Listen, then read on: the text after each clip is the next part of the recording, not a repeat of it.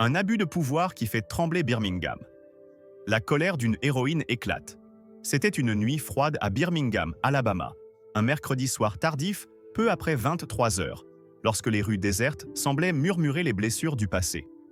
La Toyota Marissa Coleman, une femme noire et officier respectée, rentrait chez elle dans son SUV noir gouvernemental après une réunion épuisante à la base militaire. Ses mains fermes sur le volant, elle roulait calmement, respectant chaque règle, son esprit déjà tourné vers le repos. Mais soudain, des gyrophares bleus et rouges déchirèrent l'obscurité derrière elle. Le cœur de Marissa se serra. Elle savait que Birmingham n'était pas toujours tendre avec les gens comme elle. Elle s'arrêta sur le bas-côté, gardant son sang-froid, mais un frisson d'appréhension la traversa. Le policier, James Carter, un homme blanc connu pour son arrogance, s'approcha d'un pas lourd, sa main sur son arme, un rictus méprisant sur le visage. Sans un mot de politesse, il aboya. « Papier !» Puis ajouta avec dédain. « C'est quoi une femme noire qui conduit un SUV aussi chic? Tu l'as volé ou quoi ?» Ces mots, pleins de racisme, firent bouillir le sang de Marissa. Des passants s'arrêtèrent, formant un petit attroupement, leurs murmures indignés commençant à s'élever. Une vieille femme dans la foule cria « Laissez-la tranquille !» Mais Carter ignora tout, prêt à humilier Marissa sous les regards choqués.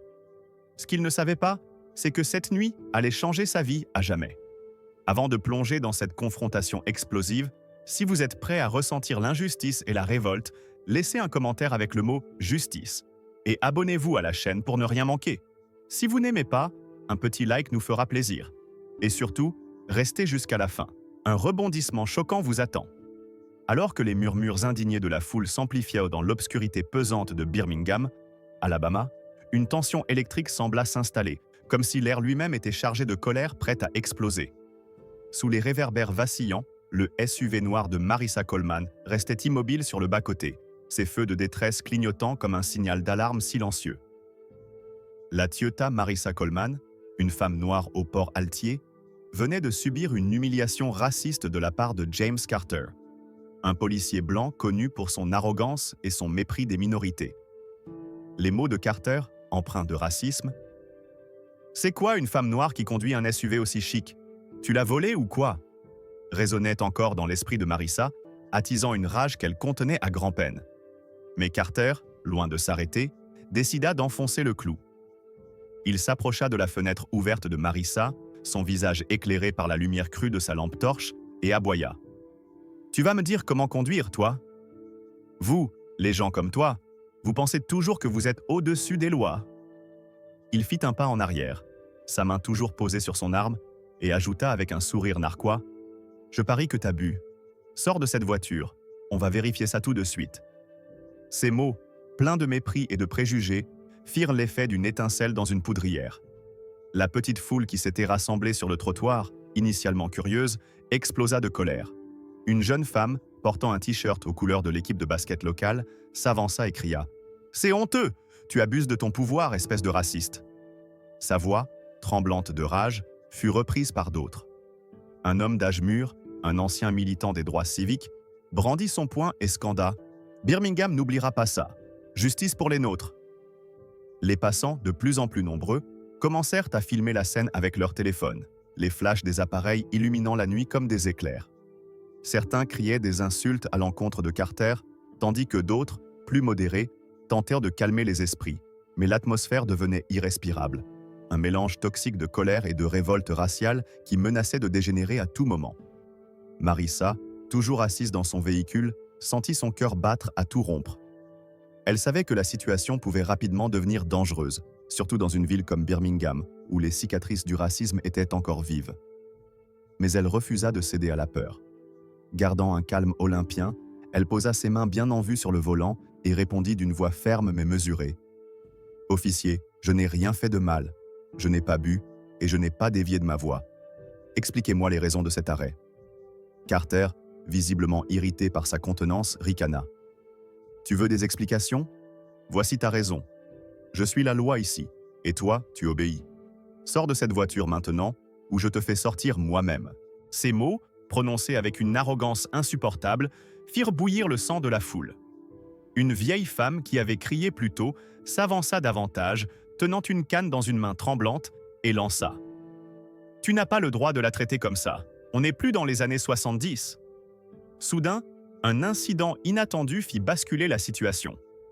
Un jeune homme dans la foule, furieux, lança une bouteille en plastique en direction de Carter, qui s'écrasa à ses pieds, éclaboussant ses bottes. Carter se retourna brusquement, sa main se crispant sur son arme, et hurla « Qui a fait ça? Vous voulez tous finir en prison ?» Ce geste menaçant fit reculer certains spectateurs, mais d'autres, galvanisés par la colère, avancèrent, leurs cris de protestation devenant plus forts. « Laisse-la tranquille !» cria une adolescente, les larmes aux yeux, tandis que son frère aîné ajoutait « On a tout filmé, tu vas payer pour ça !» Les caméras des téléphones, désormais nombreuses, capturaient chaque instant, diffusant en direct cette confrontation explosive sur les réseaux sociaux où des hashtags comme « Justice pour Marissa » commençaient à émerger. Marissa, toujours dans son SUV, savait qu'elle devait agir avec prudence. Elle prit une profonde inspiration et, d'un geste lent, ouvrit sa portière pour sortir, non pas par peur, mais par stratégie. Elle se tenait droite, son regard perçant fixé sur Carter, une présence imposante malgré sa tenue civile. La foule, sentant sa détermination, scanda son nom. « Marissa! Marissa !»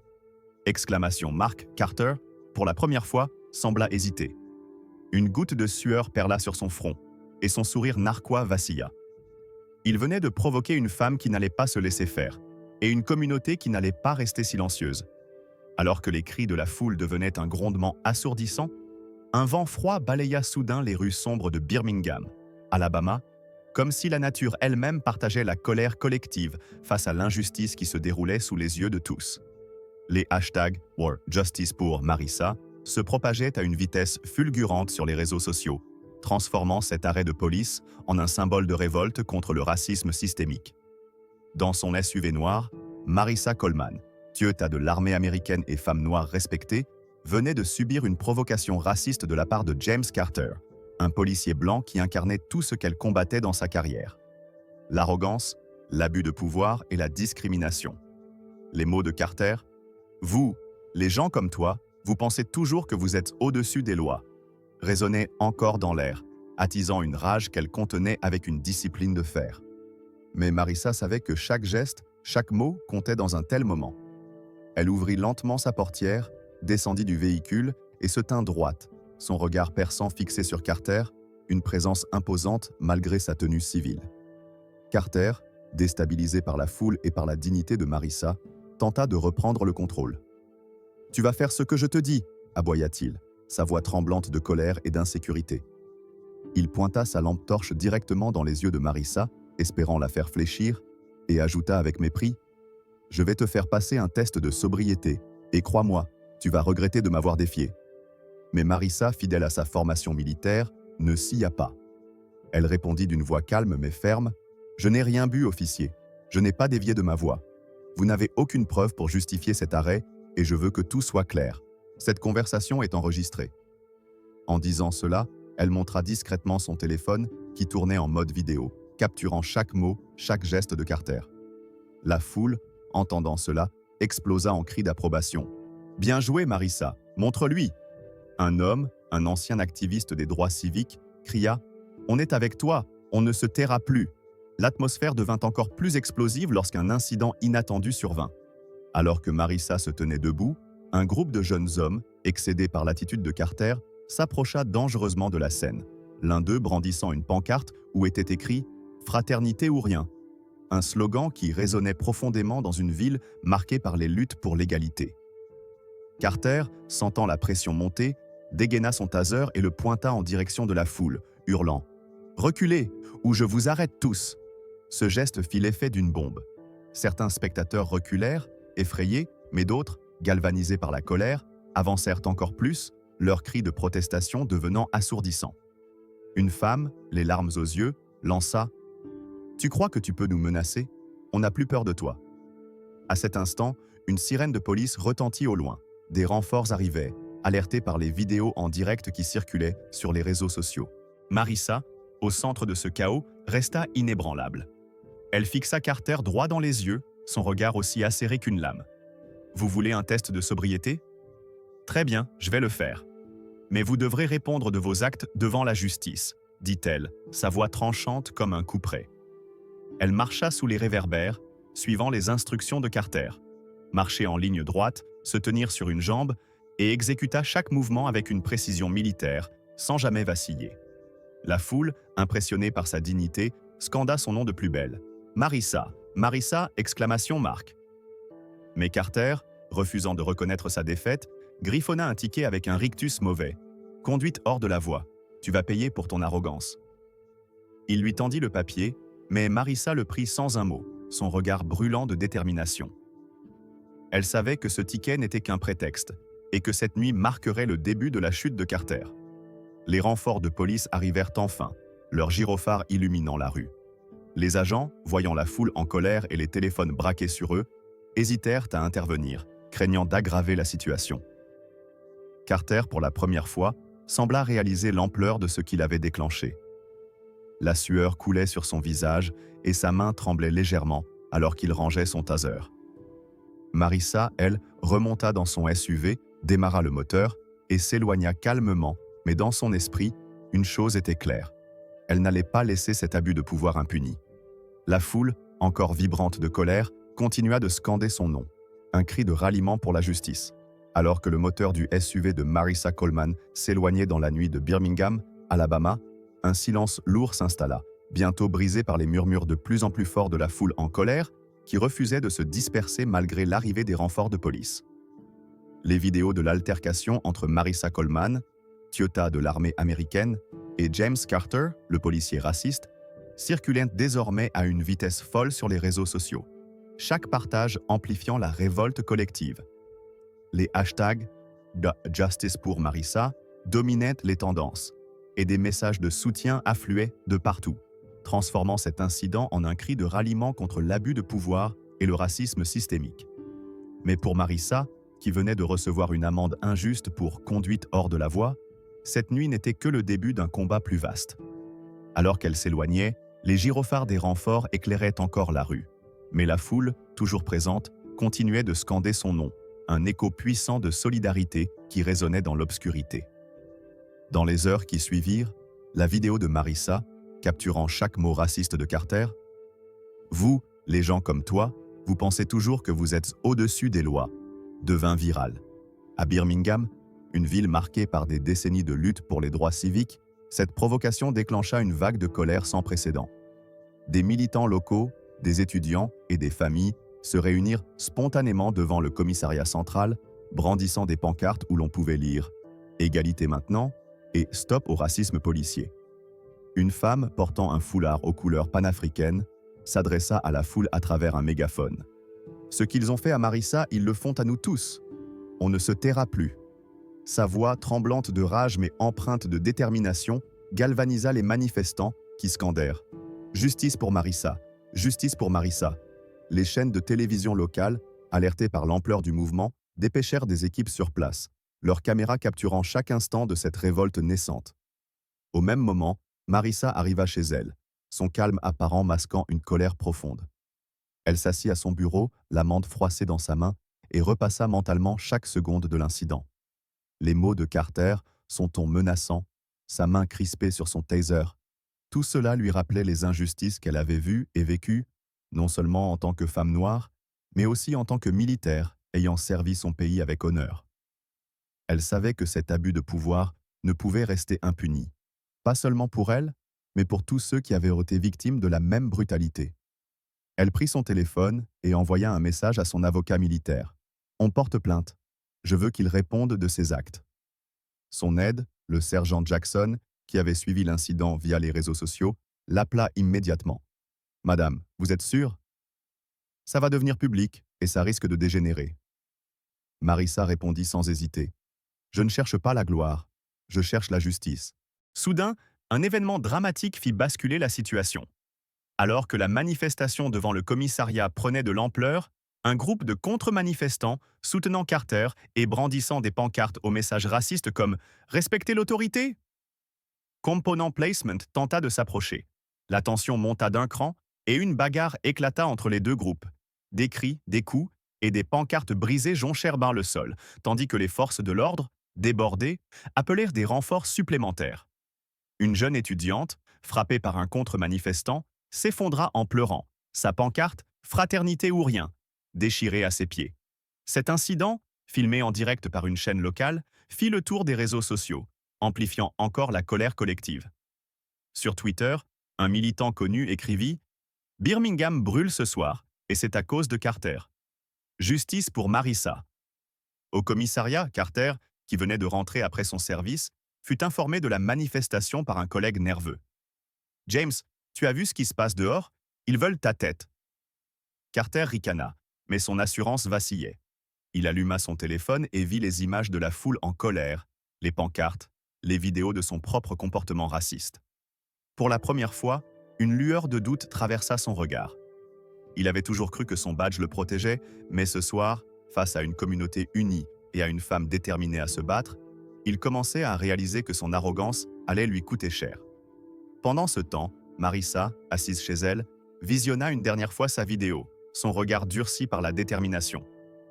Elle savait que ce combat allait au-delà d'une simple amende. C'était une lutte pour la dignité, pour l'égalité, pour un avenir où personne ne serait humilié à cause de sa couleur de peau. Alors que les premières lueurs de l'aube perçaient l'horizon de Birmingham, Alabama, la ville semblait encore vibrer de la colère qui avait éclaté la veille, une colère qui refusait de s'éteindre face à l'injustice subie par Marissa Coleman. Les images de l'altercation entre la Toyota de l'armée américaine et James Carter, ce policier blanc qui avait proféré des insultes racistes, continuèrent de se propager comme une traînée de poudre sur les réseaux sociaux, alimentant un mouvement de protestation qui prenait une ampleur nationale. Les pancartes « Égalité maintenant » et les hashtags « Justice pour Marissa » étaient devenus des symboles de résistance et Birmingham, avec son passé marqué par les luttes pour les droits civiques, semblait prête à exploser à nouveau. Mais pour Marissa, cette nuit d'humiliation n'était que le début d'un combat qu'elle était déterminée à mener jusqu'au bout. Assise à son bureau, le ticket injuste toujours froissé dans sa main, elle prit une décision irrévocable. Elle n'allait pas laisser cet abus de pouvoir impuni. Marissa, femme noire et officier respecté, savait que ce qu'elle avait vécu n'était pas un incident isolé. Les mots de Carter. « Vous, les gens comme toi, vous pensez toujours que vous êtes au-dessus des lois », résonnaient dans son esprit comme un écho des innombrables injustices qu'elle avait vues au cours de sa vie et de sa carrière.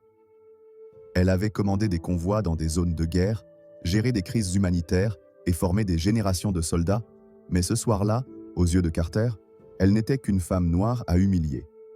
Cette pensée attisa une rage froide en elle, une rage qu'elle canalisa avec la discipline d'une militaire. Elle envoya un courriel à son avocat militaire, attachant la vidéo qu'elle avait enregistrée, et rédigea une plainte officielle contre Carter pour abus de pouvoir, détention illégale et discrimination raciale. « Je ne fais pas ça pour moi », murmura-t-elle à elle-même, mais pour tous ceux qui n'ont pas eu la chance de se défendre. Pendant ce temps, la manifestation devant le commissariat central de Birmingham prenait une tournure encore plus dramatique. Alors que le jour se levait, des centaines de personnes, venues de tous horizons, s'étaient rassemblées, leurs pancartes brandies bien haut. Des étudiants, des militants, des familles, tous unis par un même sentiment d'indignation. Une femme âgée portant un béret tricolore, en hommage à ses racines françaises, s'avança et s'écria « Nous sommes ici pour Marissa, mais aussi pour tous les Noirs qui ont été brutalisés par des hommes comme Carter. La fraternité, c'est notre force. » Ces mots, empreints de douleur et de fierté, déclenchèrent une ovation, et la foule scanda de plus belle. « Justice pour Marissa! Justice pour Marissa !» Les chaînes de télévision nationales, désormais sur place, diffusaient l'événement en direct, leurs reporters décrivant une ville au bord de l'implosion. Soudain, un événement inattendu fit basculer la situation dans un chaos encore plus intense. Un groupe de contre-manifestants soutenant Carter et portant des pancartes aux messages racistes comme « Protégez nos policiers !» Zrenia tenta de forcer le passage à travers la foule. La tension, déjà à son comble, explosa en une bagarre violente. Des cris de rage, des pancartes brisées et des coups échangés résonnèrent devant le commissariat, tandis que les forces de l'ordre, débordées, tentèrent de séparer les deux camps. Une jeune militante frappée au visage s'effondra en pleurant, son drapeau panafricain piétiné sous les pieds des contre-manifestants. Cet incident, capturé en direct par les caméras, devint le symbole de la fracture raciale qui déchirait Birmingham. Sur les réseaux sociaux, un message viral circula. Carter a allumé la mèche, et maintenant Birmingham brûle. Justice. Pour Marissa. Au commissariat, Carter, qui venait d'apprendre l'ampleur des manifestations, sentit une boule se former dans son estomac. Il tenta de minimiser l'incident devant ses collègues. Ça n'est qu'une femme qui se plaint. Ça va passer. Mais son assurance sonnait faux. Un officier plus jeune, qui avait vu les vidéos virales, murmura « James, tu as humilié une Toyota. Elle a des appuis. Et maintenant, toute la ville est contre toi. » Carter, pour la première fois, sentit la peur l'envahir. Il ouvrit son téléphone et vit les images de la foule en colère, les pancartes, les hashtags et une notification d'une plainte officielle déposée contre lui par Marissa Coleman. Son badge, qu'il avait toujours considéré comme une armure, ne le protégeait plus. Pendant ce temps, Marissa, dans son bureau, reçut un appel de son avocat. « Nous avons tout ce qu'il faut pour le faire tomber. Êtes-vous prête à aller jusqu'au bout ?» Marissa répondit d'une voix ferme. « Oui. Pour moi, pour Birmingham, pour nous tous. » Quelques jours après l'incident qui avait mis Birmingham en ébullition, une atmosphère pesante régnait dans les couloirs du commissariat central, où les murmures des officiers trahissaient une tension croissante. Les manifestations devant le bâtiment n'avaient pas faibli, et les pancartes « Égalité maintenant » continuaient de flotter dans l'air, portées par une foule toujours plus nombreuse, déterminée à obtenir justice pour Marissa Coleman. Les hashtags « Ban Justice pour Marissa » dominaient désormais les réseaux sociaux à l'échelle nationale, et des appels à des réformes policières se multipliaient, transformant l'incident en un symbole de lutte contre le racisme systémique. Au cœur de cette tempête médiatique et sociale, James Carter, le policier blanc qui avait humilié Marissa avec des propos racistes, croyait encore que son badge le protégerait des conséquences de ses actes. Mais ce matin-là, alors qu'il garait sa voiture de patrouille dans le parking du commissariat, un pressentiment glacial le traversa, comme si un vent de justice s'apprêtait à balayer son arrogance. Carter entra dans le commissariat, son uniforme impeccablement repassé, mais son assurance vacillait. Les regards de ses collègues, autrefois respectueux, étaient maintenant fuyants, teintés d'un mélange de méfiance et de pitié. Il tenta de plaisanter avec un jeune officier dans la salle de pause. « Ils font beaucoup de bruit pour rien, ces manifestants. Ça va se calmer. » Mais le jeune homme, mal à l'aise, répondit à voix basse. « James, tu n'as pas vu les dernières nouvelles? Elle a porté plainte. Une plainte civile pour abus de pouvoir et discrimination raciale. Tout le monde en parle. » Carter ricana, mais son rire sonnait creux. « Une plainte? Elle n'a rien contre moi. Je faisais mon travail, » répondit-il, tentant de se convaincre lui-même. Pourtant, un nœud se formait dans son estomac.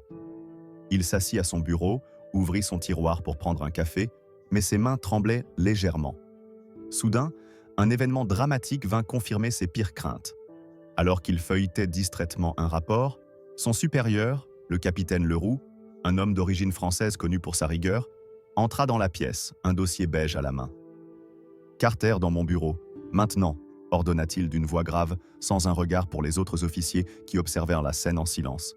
Carter suivit Leroux, sentant les yeux de ses collègues peser sur lui comme une condamnation muette. Une fois la porte fermée, Leroux posa le dossier sur la table et fixa Carter avec un regard glacial. « Tu sais ce que c'est » demanda-t-il en tapotant le dossier.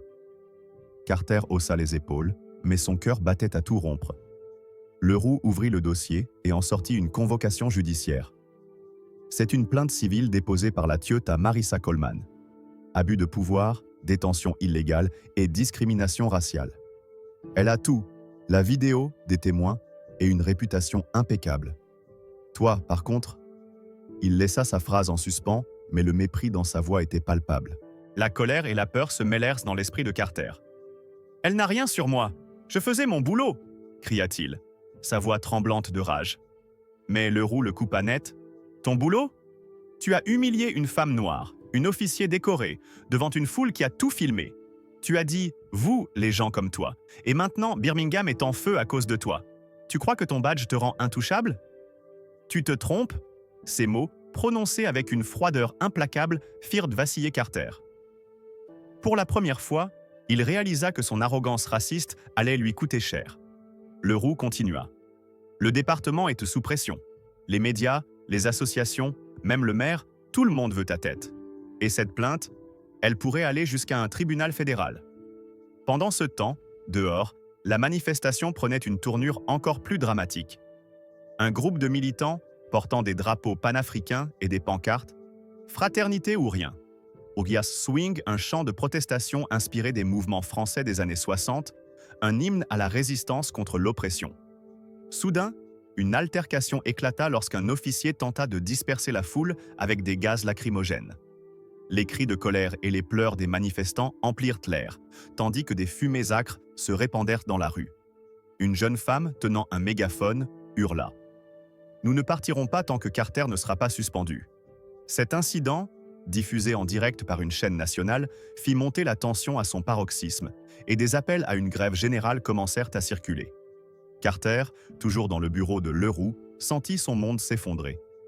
Il baissa les yeux sur la convocation, son nom écrit en lettres noires, et murmura « Je ne pensais pas que ça irait si loin. » Leroux, impassible, répondit « Tu aurais dû y penser avant de laisser ton racisme parler. Prépare-toi, Carter. La justice arrive, et elle ne pardonne pas. » Dehors, la foule continuait de scander le nom de Marissa, un cri de ralliement pour un avenir où l'égalité ne serait plus un rêve, mais une réalité. Dans la chaleur étouffante de cette matinée du 22 mai 2025, le tribunal de Birmingham, Alabama, devint l'épicentre d'une bataille pour la justice, alors que les échos des cris de la foule à l'extérieur résonnaient comme un tambour de guerre. Les pancartes « Justice pour Marissa » et les hashtags « Justice pour Marissa » qui avaient enflammé les réseaux sociaux avaient attiré une foule immense devant le bâtiment, leurs voix unies dans un cri de révolte contre le racisme systémique. À l'intérieur, Marissa Coleman, TIETA de l'armée américaine, venait de faire une entrée remarquée dans son uniforme militaire, ses médailles scintillant comme des symboles de sa lutte. Face à elle, James Carter, le policier blanc qui l'avait humilié avec des propos racistes, était assis, son assurance fissurée par la présence imposante de Marissa et par la tension palpable dans la salle.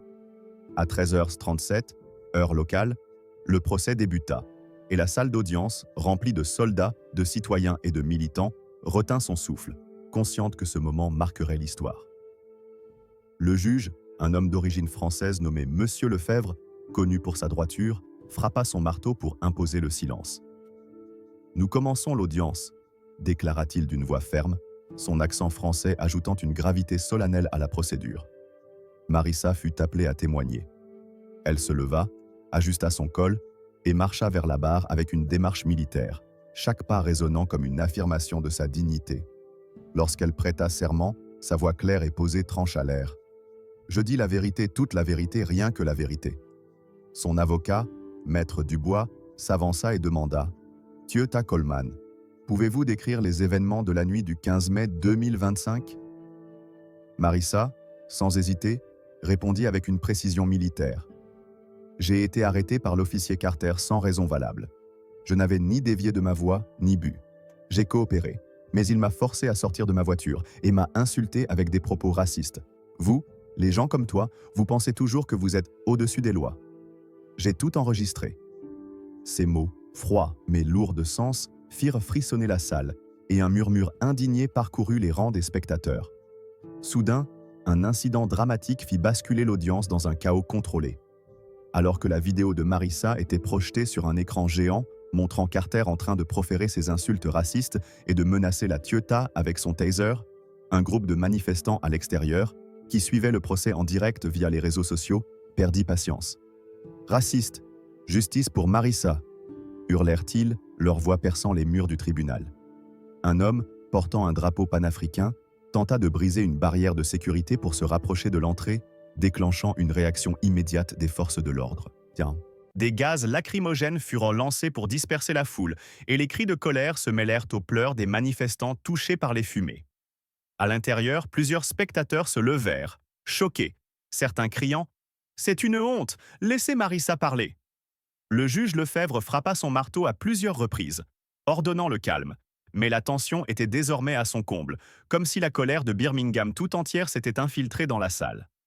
Carter, assis à la table de la défense, sentit une sueur froide couler le long de son dos. Son avocat, Maître Leclerc, tenta de limiter les dégâts. « Officier Carter, n'était-ce pas une simple vérification de routine ?» Mais Carter, sous le poids des regards accusateurs, bafouilla. « Elle m'a défié. Je ne savais pas qui elle était. » Le juge Lefebvre, visiblement irrité, intervint. « Vous ne saviez pas, mais vous avez choisi de l'humilier avec des propos racistes. Pourquoi? Expliquez-vous. Carter baissa les yeux, incapable de répondre. La vidéo fut diffusée une seconde fois, et chaque mot qu'il avait prononcé, vous, les gens comme toi, résonna comme un coup de marteau dans la salle. La foule à l'extérieur, entendant cela via la diffusion en direct, scanda plus fort. Justice pour Marissa! Justice pour Marissa! Marissa, toujours à la barre, garda une contenance inébranlable, mais ses yeux brûlaient d'une colère contenue. Elle savait que ce procès était plus grand qu'elle. C'était un combat pour toutes les femmes noires, pour tous ceux qui avaient été victimes d'abus de pouvoir. Les soldats dans la salle, assis en rang, hochèrent la tête en signe de respect, tandis que les citoyens ordinaires, certains portant des écharpes tricolores en hommage à l'esprit de fraternité, murmuraient des mots de soutien. Un homme, un ancien militant des droits civiques, se leva et cria « C'est pour nos ancêtres, Marissa! Batte-toi pour eux !» Ces mots, empreints de douleur et d'espoir, résonnèrent dans la salle, ajoutant une dimension historique à ce procès. Ce jour-là, sous les cris de la foule et la lumière crue de la vérité, Marissa Coleman devint un symbole de résistance, et Carter, un homme brisé par sa propre arrogance. Après des heures de délibération tendue, le tribunal de Birmingham, Alabama, était enveloppé d'un silence oppressant en ce 22 mai 2025, alors que le juge Lefebvre s'apprêtait à annoncer le verdict dans l'affaire qui avait secoué la ville et le pays tout entier.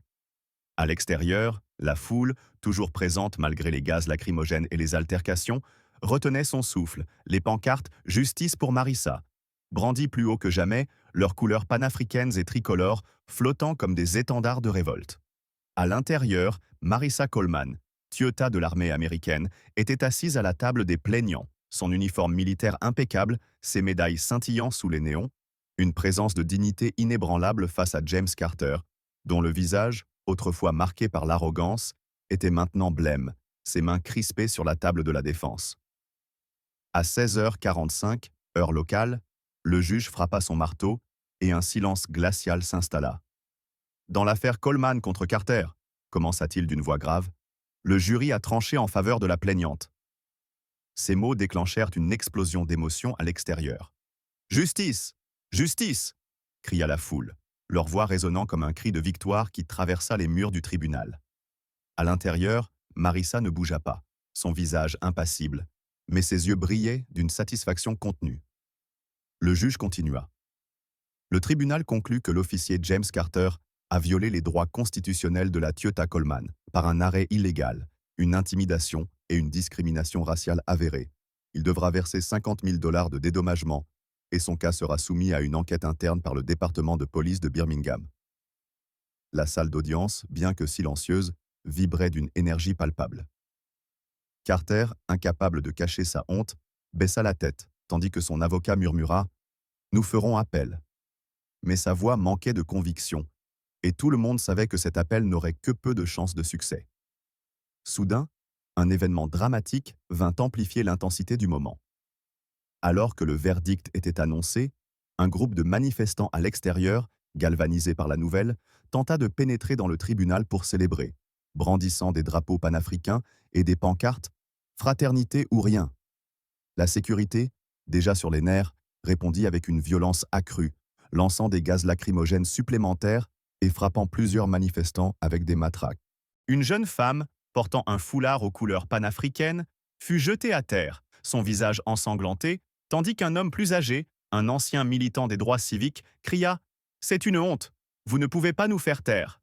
Cet incident, filmé en direct par des journalistes locaux, devint viral en quelques minutes, déclenchant une nouvelle vague de colère sur les réseaux sociaux. Des hashtags comme Beer, Birmingham en feu et Sao Justice pour Marissa dominaient désormais les tendances mondiales, et des appels à une réforme nationale de la police s'intensifièrent. À l'intérieur, Marissa resta de marbre face au chaos extérieur. Elle se leva, salua le juge d'un hochement de tête respectueux et quitta la salle d'audience avec la même dignité qu'à son arrivée. Mais dehors, elle fut accueillie comme une héroïne.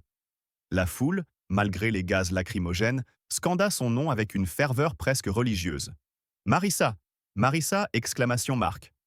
Une femme âgée, portant un béret tricolore en hommage à l'esprit de fraternité française, s'approcha et lui serra la main, les larmes aux yeux. « Merci, ma fille. Tu as fait ça pour nous tous. Marissa, émue mais toujours stoïque, répondit simplement « C'est notre combat, pas seulement le mien ». Ces mots, capturés par une caméra de télévision, devinrent un mantra pour des millions de personnes à travers le monde. Pendant ce temps, Carter sortit discrètement par une porte latérale, évitant les caméras et les manifestants. Mais il n'échappa pas à l'humiliation publique.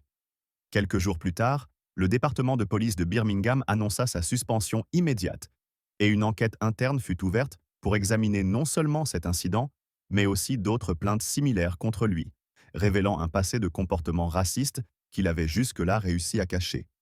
Sa carrière, qu'il avait bâtie sur l'arrogance et l'abus de pouvoir, s'effondrait sous le poids de la justice qu'il avait si longtemps ignorée. Sur les réseaux sociaux, des messages ironiques circulaient. Carter pensait que son badge le rendait intouchable. Marissa lui a montré ce qu'est une vraie force. Justice. Pour Marissa. Quelques semaines plus tard, Marissa retourna à sa base militaire, reprenant ses fonctions comme si rien ne s'était passé. Mais son impact était indéniable. Lors d'une formation pour de jeunes recrues, elle prit la parole, non pas pour parler de tactique militaire, mais pour partager une leçon plus profonde. Combien d'entre vous pensent qu'un uniforme ou un badge vous donne automatiquement du respect ? Demanda-t-elle, son regard perçant balayant la salle. Quelques mains se levèrent, hésitantes. Elle hocha la tête et continua. Le respect ne vient pas d'un titre. Il vient de vos actions, de votre intégrité. J'ai été arrêté, insulté, discriminé à cause de ma couleur de peau. J'aurais pu me taire, mais j'ai choisi de me battre. Pas pour moi, mais pour vous, pour tous ceux qui viendront après nous. Un silence respectueux envahit la salle, brisé seulement par le bruissement des uniformes des recrues. Une jeune soldate, les yeux brillants d'admiration, murmura « Madame, vous êtes une inspiration ». Marissa esquissa un rare sourire et répondit « Non, c'est vous qui êtes l'avenir. Mais souvenez-vous, le pouvoir sans honneur n'est rien. Soyez des leaders, pas des oppresseurs. » Ces mots, empreints de sagesse et de force, résonnèrent profondément dans le cœur des recrues qui se levèrent pour l'applaudir, non pas par obligation, mais par respect sincère. Marissa savait que la bataille contre le racisme et l'abus de pouvoir était loin d'être terminée, mais ce jour-là, elle avait planté une graine d'espoir. À Birmingham, les manifestations continuèrent, mais elles évoluèrent en un mouvement plus large pour la réforme des forces de l'ordre. Des associations françaises, inspirées par l'esprit de fraternité affiché dans les pancartes des manifestants, envoyèrent des messages de soutien, renforçant l'idée que la lutte pour l'égalité transcendait les frontières. Marissa, quant à elle, devint un symbole mondial, une femme qui avait prouvé que la dignité et la vérité pouvaient triompher de la haine et de l'arrogance.